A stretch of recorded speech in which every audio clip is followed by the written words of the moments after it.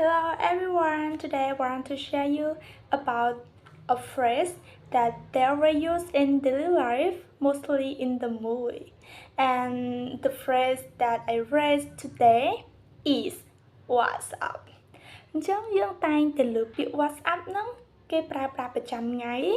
ប៉ុន្តែយើងអត់ដឹងថាវាមានន័យមិនខ្លះទេនៅក្នុងវីដេអូនេះដែរខ្ញុំនឹងលើកយកនៅអត្ថន័យ3ដែលគេតែងតែប្រើប្រាស់នៅ WhatsApp អត្ថន័យទី1នោះគឺប្រសិនបើយើងជួបមិត្តភ័ក្តិឬក៏ជួបណាម្នាក់ដែលធ្លាប់ស្គាល់គ្នាពីមុនអីអញ្ចឹងណាហើយប្រសិនបើគេសួរថា What's up នៅក្នុងន័យនេះដែរគឺគេចង់ដឹងព័ត៌មានរបស់យើង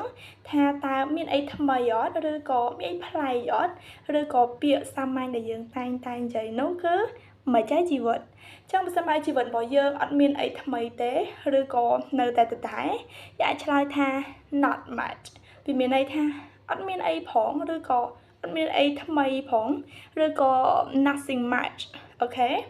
ឬក៏ same old ដោយតែរាល់ដងណាឬក៏ដដែលហ្នឹងឬក៏ just the usual ធម្មតាដោយតែរាល់ដងហ្នឹងអូខេអញ្ចឹងនៅក្នុងន័យទី2ដែរប្រសិនបើនៅក្នុងស្ថានភាពមួយដែលគេឃើញយើងកំពុងតែធ្វើអីមួយហើយគេសួរថា What's up នៅក្នុងន័យមួយនេះគឺគេចង់ដឹងថាយើងកំពុងតែធ្វើអីអូខេអញ្ចឹងប្រសិនបើឥឡូវហ្នឹងយើងកំពុងតែរៀនយើងអាចឆ្លើយថា just studying កំពុងតែអានសៀវភៅយើងអាចឆ្លើយថា just reading the book អូខេហើយនៅក្នុងន័យទី3ប្រសិនបើ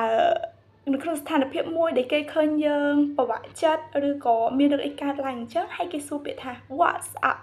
នៅក្នុងន័យនេះគឺគេចង់សួរថាកើតអីមែនឬក៏មានរឿងអីមែនហើយប្រសិនបើយើងគ្រាន់តែអស់កម្លាំងតិចតួចឬក៏គ្រាន់តែ stress យើងអាចឆ្លើយថា I'm just a bit tired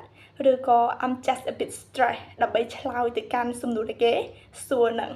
អូខេនៅក្នុងវីដេអូនេះដែរសូមបញ្ចប់ទៅត្រឹមនេះបាយបាយ